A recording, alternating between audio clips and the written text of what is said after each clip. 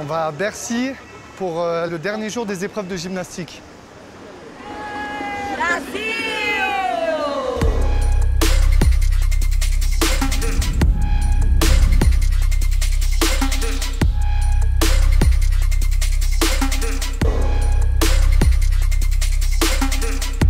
On va revoir encore Simon Biles 2 fois de mémoire. Comme c'est le dernier jour, on s'attend à une très grosse ambiance.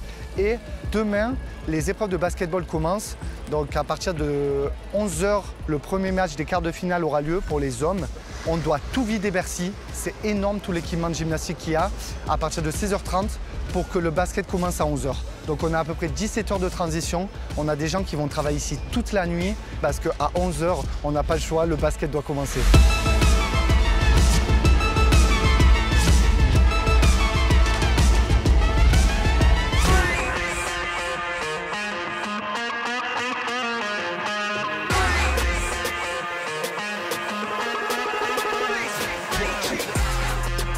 J'aurais imaginé un jour dans ma vie être à Paris 2024 en tant qu'athlète quand j'étais petite et que je regardais la télé.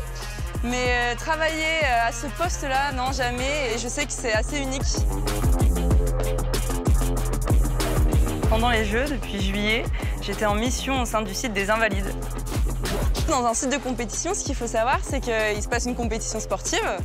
Mais quand on parle d'événements, on parle de plus que ça. On parle de l'accueil du public, on parle des services aux spectateurs, on parle de tout ce qui est nourriture, de la sécurité, etc. Et donc ça fait beaucoup de monde sur site. Et donc nous, l'équipe de coordination et de management du site, on s'occupe de coordonner toutes ces activités-là. On dit qu'on est un peu les chefs d'orchestre du site. Bonjour.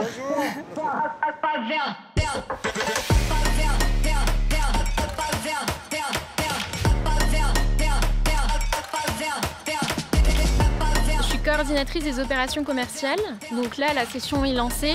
Avant que vous arriviez, j'ai fait une tournée du site pour vérifier que toutes les concessions, boutiques officielles et buvettes étaient bien ouvertes. J'ai vérifié que la zone d'initiation de tir à l'arc était bien prête à accueillir du public. Bonjour. Vous en avez de la chance, hein, vous allez voir un beau spectacle. Avant ça, j'étais au centre principal des opérations de Paris 2024. On gérait en fait tous les problèmes qui ne pouvaient pas être gérés au niveau des sites de compétition. Donc c'était très intéressant. On a vu tout le back-office de l'événement qui avait lieu sur les 36 sites de compétition en même temps.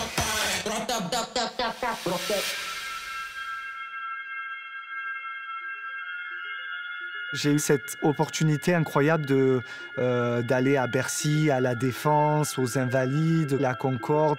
Je pense que la majorité des sites, j'y étais. On le dit chez nous, c'est travailler de la stratégie à l'exécution. Je veux dire, la stratégie seule, ça apporte pas grand-chose si après l'exécution se fait mal. Et là, ça s'est particulièrement vu avec des consultants qui, dès le démarrage, étaient plus sur des sujets de stratégie, de négociation, et puis finalement des négociations avec des prestataires, par exemple d'équipements sportifs, et puis à la fin qui étaient sur le terrain pour réceptionner les équipements et les mettre dans les stades en fait. C'était une mission de 2 ans et demi. Paris 2024 avait besoin d'être aidé sur l'acquisition notamment des équipements sportifs. Les équipements sportifs, c'est le cœur du réacteur. On a eu une approche totalement peut-être différente des autres comités olympiques, que ce soit avant à Londres ou à Rio, où on a énormément, par exemple, privilégié la location d'équipements. Derrière, on sait que ça repart et c'est plus simple. Pour une économie circulaire, il n'y a pas mieux. Ensuite, quand même, aussi, on a énormément travaillé en amont pour pouvoir faire bénéficier les fédés, les clubs, etc., pour qu'il y ait à chaque fois une seconde vie.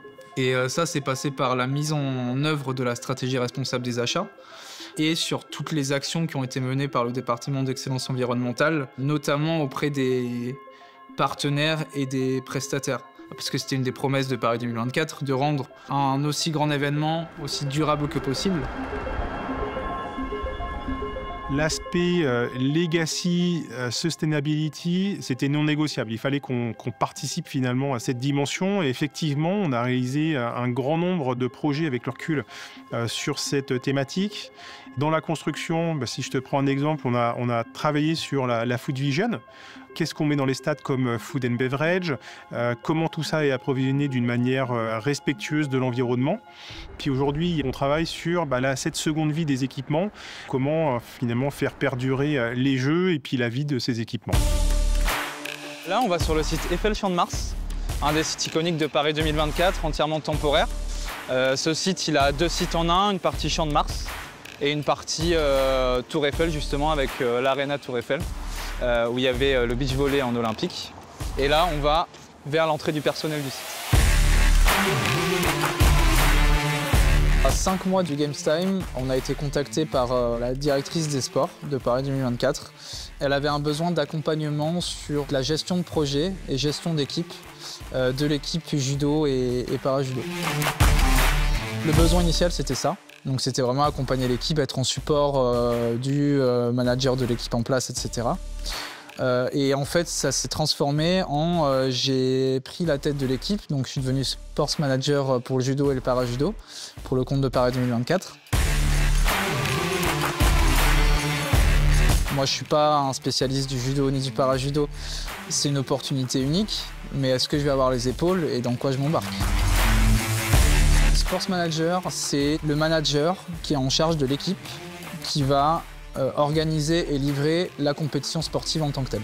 L'arrivée des athlètes, les services aux athlètes, les équipements sportifs, comment la compétition va se dérouler. Donc du coup, on arrive dans un écosystème très dense, avec beaucoup d'acteurs qui, particulièrement en France, sont aussi assez puissants côté fédération internationale, fédération nationale, parce que c'est un sport très populaire, regardé, avec beaucoup de licenciés, etc.